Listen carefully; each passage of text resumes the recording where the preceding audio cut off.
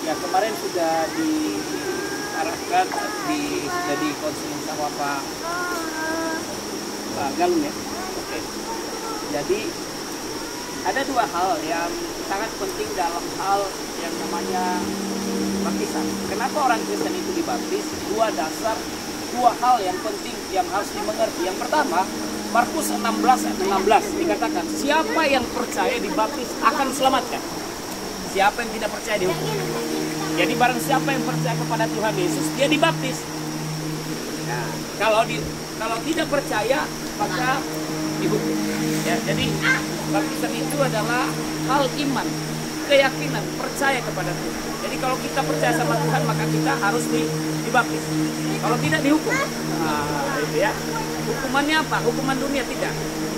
Tapi ada hukuman kekal. Karena perjalanan kita ya ini kita tidak hanya perjalanan hidup kita di dunia akan kita pertanggungjawabkan semuanya kepada dasar. Yang kedua, hal yang penting dalam baptisan itu yaitu jadi percaya. Yang kedua itu adalah bertobat. Kisah Rasul 2:38 Petrus berkata, bertobatlah, hendaklah kamu masing-masing memberi dirimu dibaptis untuk pengampunan dosamu, maka kamu akan menerima karunia Roh Kudus. Ya, tadi percaya, siapa percaya dibaptis selamatkan, siapa tidak percaya dihukum. Yang kedua, dasar kedua itu adalah bertobat.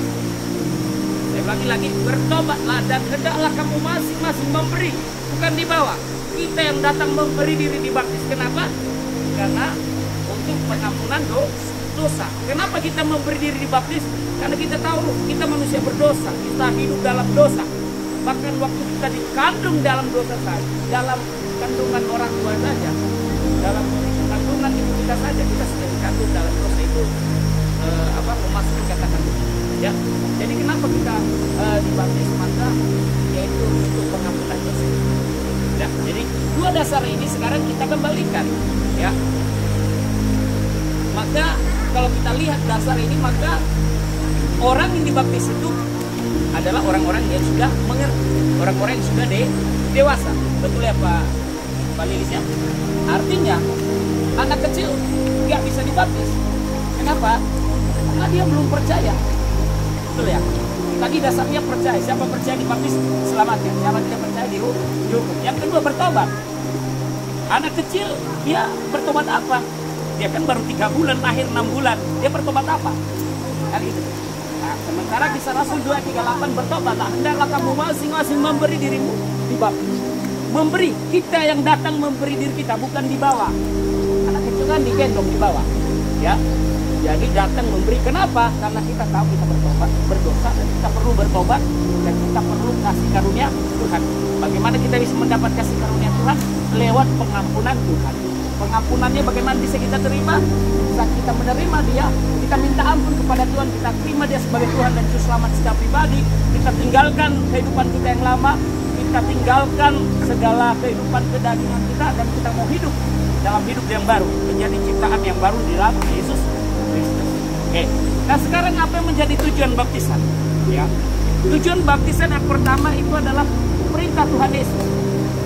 Pada waktu itu di dalam Matius 28 ayat 19-20, pergilah, jadikan semua bangsa muridku dan baptislah mereka di dalam nama Bapa, Anak dan Roh. Pergilah, jadikan semua bangsa. Jadi baptisan itu adalah perintah. Kalau dikatakan pergi, berarti itu perintah. Ya Pak Jaya. Kalau dikatakan pergi, berarti perintah. Ya. Jadi Tuhan bilang begini, Matius 28 ayat 19-20, pergilah, jadikan semua bangsa murid, baptis mereka dalam nama Bapa, Anak dan Roh Kudus. Jadi baptisan itu adalah perintah. 12 murid Tuhan perintahkan untuk membaptis setiap orang. Siapa murid itu? Para rasul-rasul. Siapa rasul-rasul itu sekarang? Hamba-hamba Tuhan, para pendeta. Pergi, baptisan setiap orang. Jadi baptisan itu adalah perintah. Hal yang kedua, ya, kenapa kita dibaptis? Ya, pada waktu itu Matius 3 ayat 13 sampai dengan 17. Lalu Yohanes Pembaptis membaptis setiap orang di Sungai Yordan. Tiba-tiba Tuhan Yesus datang. Pada waktu dia datang, dia minta dibaptis sama Yohanes. Di dalam ayat 13, 15 sampai 17. Lalu Yohanes mencegah dia, tidak Tuhan, harusnya aku yang dibaptis oleh Tuhan. Ini logika nggak?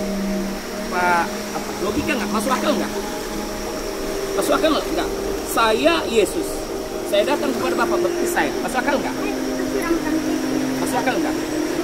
Coba logika Bapak dulu, logika Bapak. Masuk akal nggak Pak? Nggak masuk akal kan? Nah, begitulah Yesus datang kepada Yohanes, minta dibaptis sama Yohanes karena Yohanes membaptis setiap orang. Tapi Yohanes mencegah dia, nah, menurutnya nggak masuk akal, itu Tuhan, kan gitu. Dia cegah, tidak. Akulah yang harus dibaptis, kata Yohanes. Tapi apa kata Tuhan? Tuhan Yesus, ayat 15. Demikianlah hal ini sepatutnya terjadi supaya menggenapkan seluruh kehendak Allah. Lalu setelah itu Yohanes membaptis Yesus. Jadi artinya yang kedua tujuan baptis untuk menggenapkan seluruh kehendak Allah. Yesus saja Allah yang suci. Dia manusia, tapi dia adalah manusia suci. Dia tidak melakukan kesalahan. Ya, tadi dasar baptisan bertobat dan percaya. Lalu percaya kepada siapa dia? Dia adalah Allah. Kan gitu. Lalu bertobat apa? Dia tidak melakukan dosa. Tapi dia melakukan ini supaya apa? Menggenapkan seluruh kehendak Allah. Menggenapkan seluruh firman Tuhan ini dari Kejadian sampai Wahyu. Jadi kenapa bapak-bapak dibaptis? Menggenapkan seluruh kehendak Allah. Yesus saja melakukan. Oke. Setelah Yesus dibaptis, lalu ia keluar dari air. Kan betul ya? Siapa namamu dek? Nelvi. Setelah Nelvi sisiran, dia keluar dari kamar. Berarti sebelumnya di mana dia? Di kamar. Di dalam kamar. Betul ya? Setelah Nelvi sisiran, dia keluar dari kamar. Berarti sebelumnya di mana posisinya? Di dalam kamar. Setelah dibaptis, Yesus keluar dari air. Berarti sebelum mana? Di mana Yesus? Air. Di dalam air. Jadi baptisan itu tenggelam, bukan bersih. Oke, itu dasar-dasar ya, bukti-bukti yang sudah dinyatakan dalam Alkitab. Ya, Yesus itu dibaptis waktu dewasa usia 30 tahun dan dia keluar dari air, bukan baptisan bersih. Ya. Lalu Petrus juga bilang begini, bertobat hendaklah kamu masing-masing memberi diri. Memberi, bukan dibawa. Anak kecil itu dibawa. Ya Pak ya, dibawa. Tapi baptisan itu adalah memberi diri, kesadaran bahwa kita perlu kasih karunia Tuhan, kesadaran bahwa kita perlu diampuni oleh Tuhan, kita perlu Tuhan meninggalkan kehidupan kita.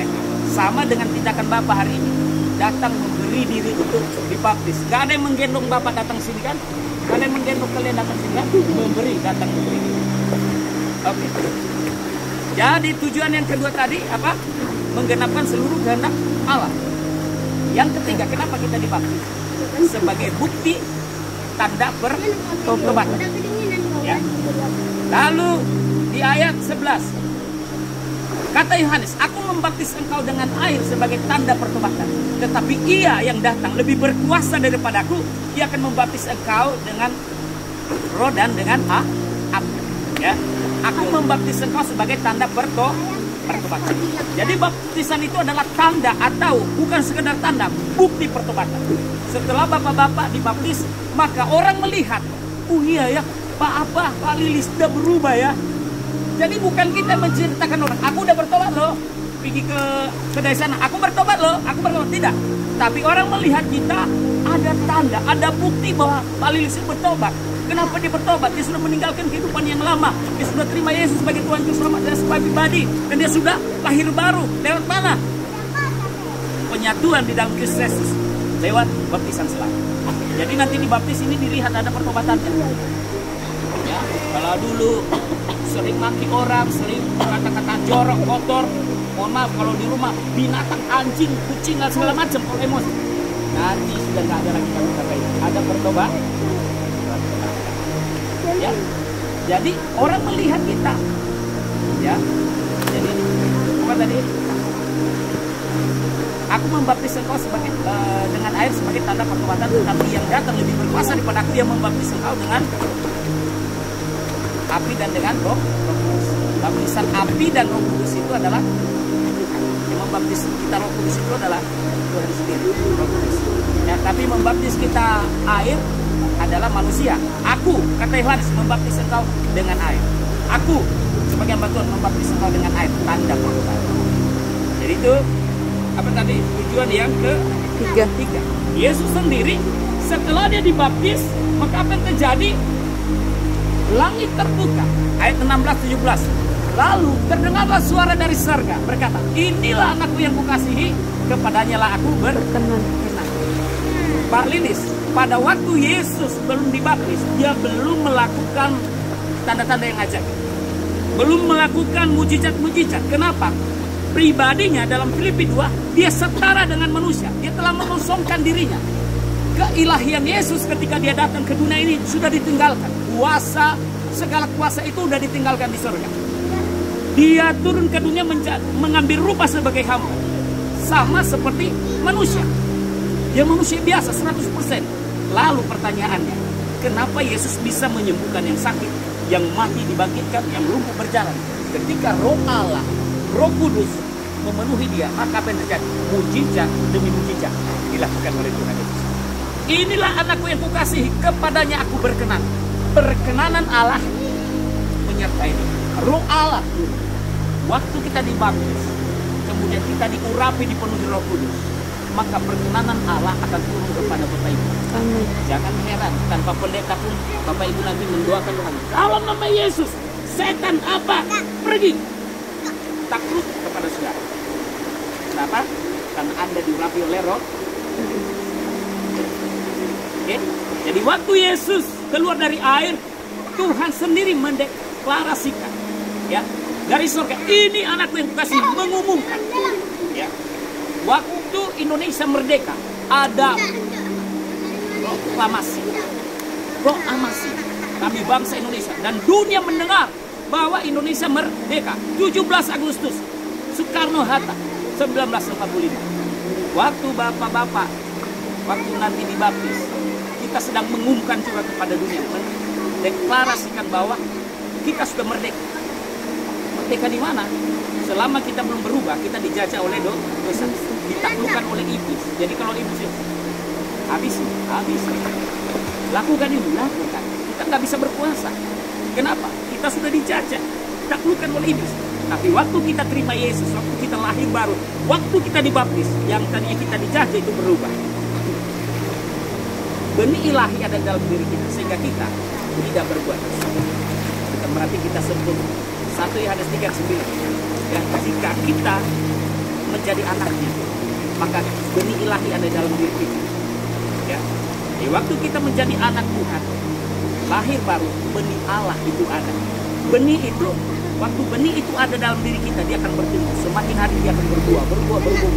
Hidup kita akan berbuah, melakukan kebenaran firman Tuhan. Ya, sampai di sini mengerti? Oke, yang terakhir, kata baptisan itu diambil dari kata baptiso, yang artinya dari bahasa Yunani atau Greka. Baptiso itu adalah ditenggelamkan, ya, dicelupkan, ditenggelamkan dia. Misalnya baju yang Bapak pakai ini kena lumpur ya Pak. Lalu kemudian pulang ke rumah atau setelah itu ditenggelamkan di air ini. Apa tujuannya ibu-ibu? Baju putih ini sudah kena lumpur, lalu dimasukkan ke air ini, apa tujuannya Bu? Biar bersih. Bu ya, Ibu, apa tujuannya? Biar bersih. Bapak ditenggelamkan ini supaya bersih. Bersih apa? Dosanya. Yohanes, coba. Roma 6 ayat 11.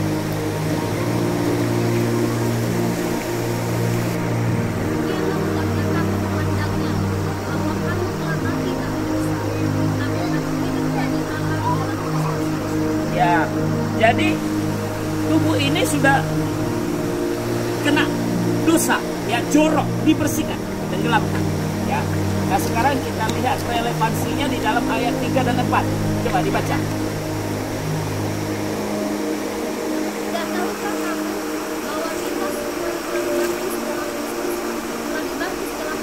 Oke, tidak tahukah kamu bahwa kita semua dibaptis dalam Kristus, telah dibaptis dalam kematian. Yesus mati di mana? Di kubur. Lanjutkan. Oke. Yesus mati, dia dikuburkan. Ya, kita mati, kita dikuburkan. Manusia mati dikuburkan ya, baca ya. Orang yang mati dikuburkan. Nah sekarang mati yang seperti apa? Ayat 11 tadi, baca sekali lagi. Demikianlah hendaknya kamu memandangnya, bahwa kamu telah mati bagi dosa, tetapi kamu hidup bagi Allah. Nah, kamu mati bagi dosa. Orang mati, kata Yesus apa? Dikuburkan. Mati dikuburkan bersama dengan Kristus. Lanjutkan yang tadi, ayat 34. Ayat 4-nya. Dengan demikian kita telah dikuburkan bersama-sama dengan Dia oleh baptisan dalam kematian. Oke, lanjut. Supaya sama seperti Kristus telah dibangkitkan dari antara orang mati oleh kemuliaan Bapa, demikian juga kita akan hidup dalam hidup yang baru. Oke, ya. Jadi kita mati ditenggelamkan bersama Kristus. Dibaptis itu ditenggelamkan, dikuburkan. Itu tanda penguburan, kematian. Mati apa tadi ayat 11? Mati karena dosa. Lalu apa? Kita ditarik dari air, kita bangkit bersama-sama dengan Kristus dalam kehidupan yang baru, tubuh yang baru. Yesus setelah dia mati, dia bangkit dengan tubuh yang baru, Bapak. Ya, tiba-tiba udah tertutup semua di dalam Yohanes 20 atau 21 itu tertutup semua. Kenapa? Murid-murid mereka masih trauma, takut. Orang-orang prajurit Romawi datang menangkap mereka semua. Ditutup kunci semua rapat. Pintu jendela. Tiba-tiba Yesus muncul. Salam, damai sejahtera turun atas.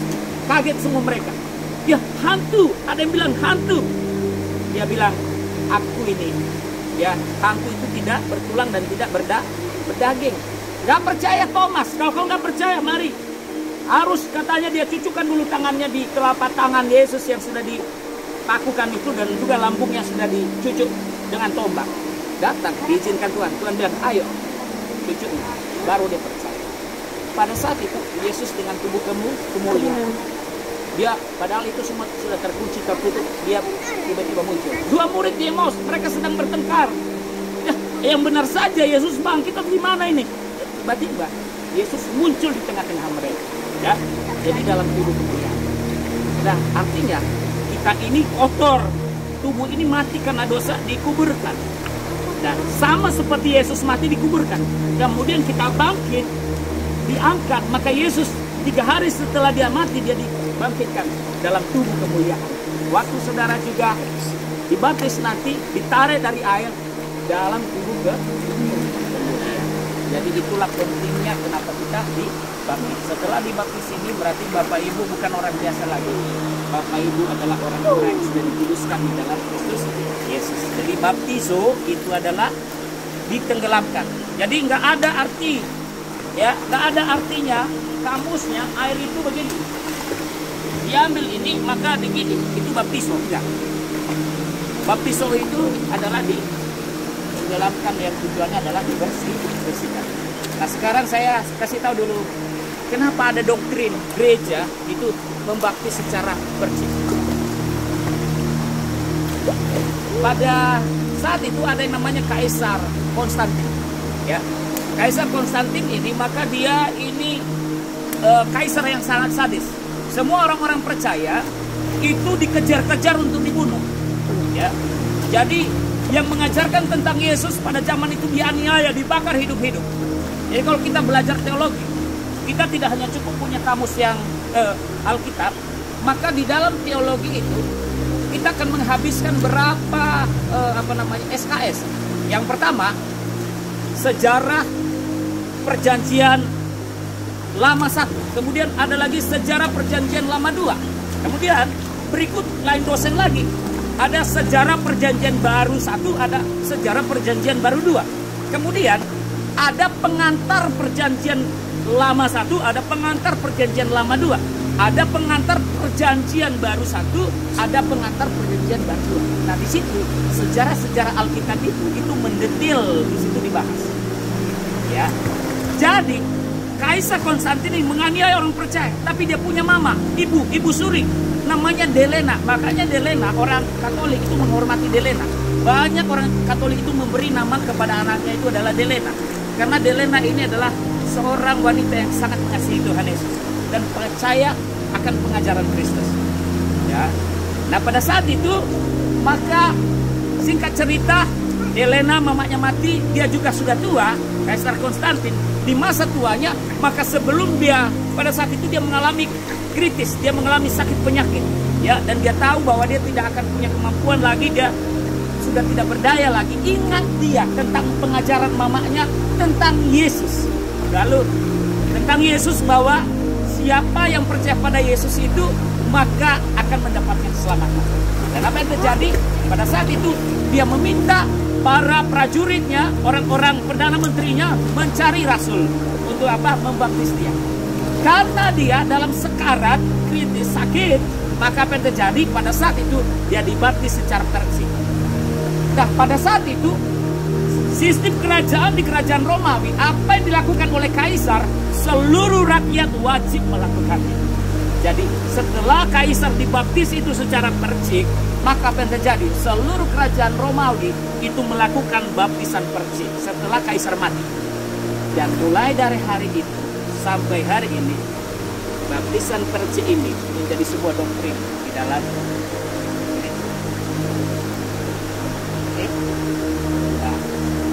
ya, jadi sampai di sini saja dulu untuk apa namanya, nanti selebihnya Bapak Ibu, tidak cukup kita dibaptis. Apa yang menjadi tanggung jawab kita orang yang dibaptis? Tanggung jawab orang dibaptis, bangun hubungan dengan Tuhan, bangun persekutuan dalam keluarga, kalau dalam rumah tangga, bangun pagi berdoa, siang dan malam, kemudian baca firman Tuhan supaya bertumbuh. Itu tanggung jawab kita. Jadi jangan pikir nanti kita dibaptis selesai, tidak, ya. Kita harus perlu memiliki kehausan, itu tanggung jawab kita. Setelah kita menjadi anak, Roma 8:17, setelah kita menjadi anak, kita akan menjadi ahli waris. Waktu kita setelah dibaptis, kita akan mewarisi seluruh janji Allah. Tapi kita harus bertumbuh di dalam pengenalan Tuhan yang benar. Oke? Tuhan Yesus memberkati. Ya, kita berdoa. Bapak, terima kasih 3 anak-anaknya yang kasih mengambil keputusan untuk dipersatukan dalam kematian, dalam kebangkitan-Mu ya Tuhan, sehingga mereka mengalami kemuliaan Allah. Yang lama sudah berlalu, sesungguhnya yang baru datang. Mereka menjadi ciptaan yang baru dalam Kristus. Dalam nama Tuhan Yesus kami berdoa. Haleluya, haleluya. Sama-sama kita katakan. Amin. Amin.